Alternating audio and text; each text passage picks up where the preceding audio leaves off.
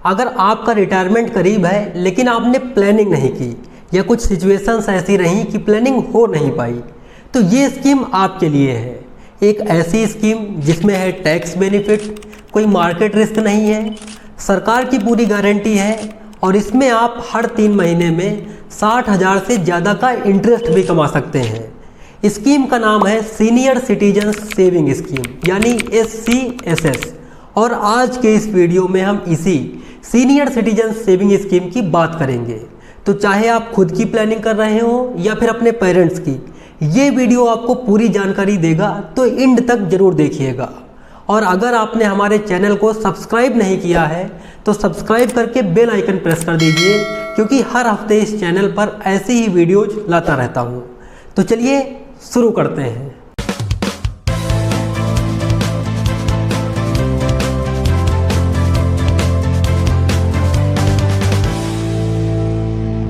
Senior citizen saving scheme यानी SCSS एक government backed saving scheme है। इस स्कीम को साल 2004 में स्पेशली 60 साल और उससे ऊपर के लोगों के लिए शुरू किया गया था। इसका ऑब्जेक्टिव आपको रिटायरमेंट के बाद एक फिक्स्ड और रेगुलर इनकम देना है, जिससे आपके खर्च आराम से चल सके। बात करें एलिजिबिलिटी की, यानी कौन इसमें इन्वेस्ट कर सकता है, तो 60 साल या उससे ज़्यादा उम्र का कोई भी व्यक्ति SCSS अकाउंट खुलवा सकता है। अगर किसी ने वॉलेंटरी रिटायरमेंट VRS लिया है तो वो 55 से 60 साल के बीच भी इसमें इन्वेस्ट कर सकता है, लेकिन उसके लिए एक शर्त है। शर्त ये है कि उसको रिटायरमेंट से मिलने वाली रकम को 1 महीने के अंदर ही इस स्कीम में डालना होगा। इसके अलावा जिन लोगों ने सेना में सेवाएं दी हैं वो 50 साल के बाद से ही SCSS अकाउंट में निवेश कर सकते हैं, लेकिन शर्त उनके लिए भी यही है कि रिटायरमेंट से मिलने वाले फंड को 1 महीने के भीतर ही इस स्कीम में निवेश करना होगा। अगर किसी गवर्नमेंट एम्प्लॉय की ड्यूटी के दौरान डेथ हो जाती है, भगवान न करे कभी कुछ ऐसा हो, तो पति या पत्नी जो भी है उस कंपनसेशन अमाउंट को भी SCSS अकाउंट में निवेश कर सकता है, बशर्ते एम्प्लॉय की उम्र 50 साल से अधिक होनी चाहिए। इस स्कीम में आप एक से ज़्यादा अकाउंट भी खोल सकते हैं और स्पाउस के साथ ज्वाइंट अकाउंट भी खोला जा सकता है। HUF हिंदू अनडिवाइडेड फैमिलीज और NRI नॉन रेसिडेंट इंडियंस को ये अकाउंट खोलने की परमिशन नहीं है। अभी अगर इन्वेस्टमेंट लिमिट्स की बात करूं तो इस स्कीम में जो मिनिमम लिमिट है वो 1000 है और मैक्सिमम लिमिट इसमें 30 लाख की रखी गई है, जो कि पहले 15 लाख होती थी, अब इसे बढ़ा करके 30 लाख कर दिया गया है। यानी अब आप इसमें 30 लाख तक या फिर आपका रिटायरमेंट बेनिफिट अमाउंट जो आपको मिला है उसमें से जो कम हो उतना आप इसमें इन्वेस्टमेंट कर सकते हैं। डिपॉजिट्स इसमें लमसम होते हैं और 1000 के मल्टीपल में आप इन्वेस्ट कर सकते हैं, जैसे 2000, 4000, 50,000 और ऐसे आगे। अब जैसा मैंने अभी बताया कि इसमें आप मल्टीपल और ज्वाइंट अकाउंट्स खोल सकते हैं, लेकिन एक इंडिविजुअल की मैक्सिमम लिमिट 30 लाख ही रहेगी। आप चाहे कितने भी अकाउंट खोल लो, उन सभी अकाउंट्स और ज्वाइंट अकाउंट्स को मिला करके आप 30 लाख से ज़्यादा इन्वेस्टमेंट नहीं कर सकते। अब बात करते हैं कि आखिर इंटरेस्ट कितना मिलता है इस स्कीम में। तो अभी के समय जो रेट ऑफ इंटरेस्ट है वो 8.2% का मिल रहा है, जिसे गवर्नमेंट हर क्वार्टर मतलब हर 3 महीने में रिवाइव करती रहती है। जैसे इसके पहले ये इंटरेस्ट रेट 8% का था और उसके पहले 7.6%। अभी ये स्कीम 8.2% का इंटरेस्ट रेट ऑफर कर रही है, जो कि काफ़ी अच्छा इंटरेस्ट है अगर आप इसे ऐसी ही और रेगुलर इनकम स्कीम्स और बैंक FD से कंपेयर करके देखेंगे। हाँ, कुछ small finance bank senior citizens को 8.59% का भी रिटर्न देते हैं, लेकिन उनमें सेफ्टी थोड़ी कम हो जाती है। बाकी जो कुछ मेजर बैंक्स का FD रेट है उनसे आपको 1.5% ज़्यादा इंटरेस्ट ही इस स्कीम में मिलता है। अब बात करते हैं ये इंटरेस्ट आपके खाते में आएगा कैसे। तो SCSS में जो भी इंटरेस्ट बनता है वो गवर्नमेंट आपको हर 3 महीने यानी क्वार्टरली बेसिस पर आपके बैंक खाते में ट्रांसफ़र करती है। जैसे मान लीजिए आपने पूरे 30 लाख रुपए इस स्कीम में डाले, इंटरेस्ट हम मान लेते हैं 8.2% का, जो कि अभी का रेट है। इस हिसाब से जो साल भर का इंटरेस्ट बनेगा वो बनेगा 2,46,000 रुपये का। अब अगर इसे हम 4 इक्वल पार्ट्स में डिवाइड कर दें तो आपको लगभग 61,500 रुपये, 61,500 रुपये आपको हर क्वार्टर में मिलेंगे। इंटरेस्ट रेट इसमें 5 सालों के लिए फिक्स होता है, यानी आप जिस भी रेट पर इन्वेस्टमेंट करेंगे वही आपको अगले 5 सालों तक मिलेगा।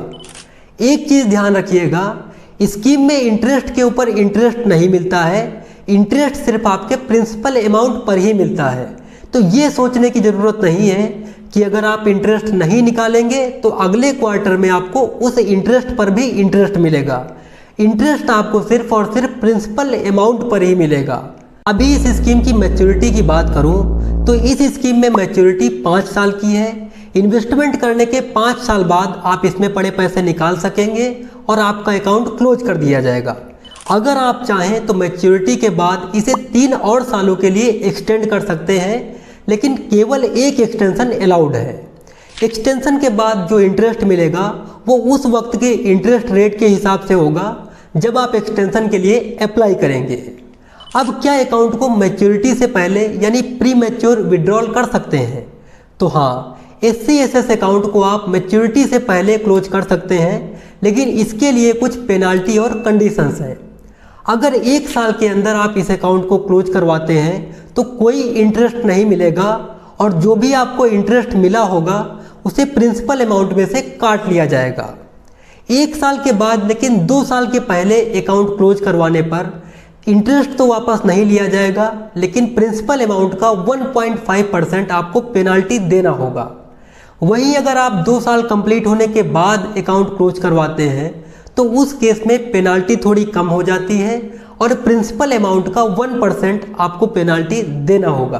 अब बात करें टैक्सेस की, तो इन्वेस्टमेंट के टाइम जो भी पैसा आप सीनियर सिटीजन सेविंग स्कीम में डालते हो उस पर आपको अंडर सेक्शन 80C 1.5 लाख तक की टैक्स रिबेट मिलती है। लेकिन ध्यान दीजिएगा, जो इंटरेस्ट इसमें आपको मिलता है वो टैक्स फ्री नहीं होता है, तो उस पर आपको अपने टैक्स स्लैब के हिसाब से टैक्स देना होगा। अब इसमें भी अगर आपका टोटल इंटरेस्ट सभी अकाउंट्स में मिला करके 50,000 से कम है तो आपको कोई टैक्स नहीं देना होगा, लेकिन अगर ये इंटरेस्ट 50,000 से ज़्यादा होता है तो उस पर आपको टैक्स देना पड़ जाएगा। और इस केस में बैंक या पोस्ट ऑफिस जो भी है वो TDS काट लेगा। लेकिन अब अगर आप हो कि आपकी टोटल इनकम इतनी है ही नहीं कि टैक्स देना पड़े, तो आप 2 तरीक़ों से TDS बचा सकते हो। पहला, आप इनकम टैक्स रिटर्न में क्लेम करके रिफंड ले सकते हो, या फिर आप form 15G non senior citizens के लिए और फॉर्म 15H सीनियर सिटीजन्स के लिए भर दो। ये फॉर्म एक डिक्लेरेशन होता है जिसमें आप बैंक को कंफर्म करते हो कि आपकी टोटल इनकम टैक्सेबल लिमिट से कम है, जिसके बाद बैंक या पोस्ट ऑफिस आपसे TDS नहीं काटेगा। अब अकाउंट खुलवाना कहाँ है? तो SCSS अकाउंट आप किसी भी सरकारी प्राइवेट बैंक या पोस्ट ऑफिस में खुलवा सकते हैं। ये वो बैंक्स की लिस्ट है जिनमें SCSS अकाउंट फैसिलिटी है। तो चाहे तो वीडियो पॉज करके या स्क्रीनशॉट लेकर देख लीजिएगा कि कौन कौन से बैंक इस लिस्ट में है, और आपका बैंक इस लिस्ट में है या नहीं ये कमेंट में बताइए। अकाउंट खुलवाने के लिए डॉक्यूमेंट्स की बात करें तो सबसे पहले आपको ID प्रूफ देना होगा, जैसे आधार कार्ड, पैन कार्ड या पासपोर्ट। दूसरा, एड्रेस प्रूफ चाहिए होगा, इसमें आप अपना आधार कार्ड या इलेक्ट्रिसिटी बिल दे सकते हैं। तीसरा, एज प्रूफ देना मैंडेटरी है, तो इसके लिए भी आधार कार्ड, पैन कार्ड या बर्थ सर्टिफिकेट चल जाता है। इन सबके अलावा भरा हुआ एप्लीकेशन फॉर्म और पासपोर्ट साइज फ़ोटो भी देने होते हैं, और ये सारे डॉक्यूमेंट सबमिट करने के बाद आपका SCSS अकाउंट खुल जाएगा। अब लगभग सारी बातें हो गई, लेकिन एक ज़रूरी बात फिर भी रह गई। लेकिन उससे पहले अगर आपने अभी तक इस चैनल को सब्सक्राइब नहीं किया है तो पहले सब्सक्राइब करके बेल आइकन प्रेस कर दीजिए, मैं आपका वेट कर रहा हूँ। तो अब ज़रूरी बात कि अगर किसी केस में अकाउंट होल्डर की मैच्योरिटी से पहले इन बिटवीन डेथ हो जाती है तब क्या होगा? तो उस केस में नॉमिनी के पास 2 ऑप्शंस होंगे। पहला, नॉमिनी कुछ ज़रूरी डॉक्यूमेंट्स जैसे डेथ सर्टिफिकेट देकर के अकाउंट क्लोज करवा सकता है, जिसके बाद अकाउंट का सारा पैसा नॉमिनी के अकाउंट में ट्रांसफ़र कर दिया जाएगा।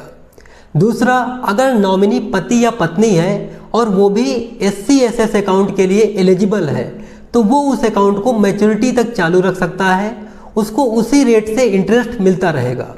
तो दोस्तों ये थी वो पूरी जानकारी सीनियर सिटीजन सेविंग स्कीम के बारे में।